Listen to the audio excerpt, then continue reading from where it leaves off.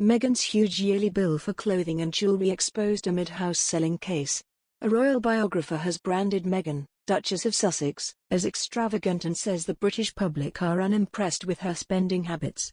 Royal expert Angela Levin claims British taxpayers have balked at Meghan's spending, which, according to fashion experts UFO No More, came to an estimated $740,000 last year, with much of that being thanks to some very pricey outfits. Only halfway through this year, she's already added a $550,000 baby shower and $5.5 million home renovation to that sum. Speaking to the Conservative Woman, Levin said, "I think Meghan, on occasion, has been extravagant, which has not gone down well. The Queen is known to be frugal and some members of the British public have balked at a proportion of their tax going towards what they consider to be frivolity." Specifically, Levin singled out the $102,000 dress Meghan wore for her engagement photos with Prince Harry. Then there's Meghan's $550,000 baby shower, which Levin called an excessive amount whoever offered to pay for it, especially for someone who calls herself a humanitarian. Meanwhile, journalist Daniela comment on the entertainment about the duo selling house case. Just 18 months after the Sussexes moved into their $20 million Montecito mansion, the couple are already looking to sell the house, according to the Mirror. Why are Harry and Meghan forever not quite content? Just what are they looking for? The report suggests that the duo are said not to be thrilled about the property. A source has told the paper that they are open to private offers and they're already looking around the neighborhood for a new place.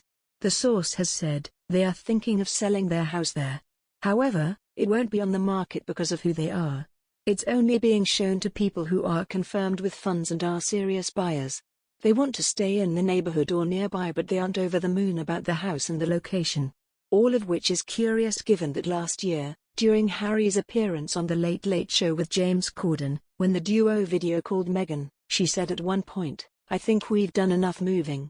While Harry and Meghan have repeatedly made headlines since 2020, inking one high-profile deal after another which are estimated to total more than $200 million, their shiny new U.S. careers, in terms of actual output, have outwardly remained in neutral.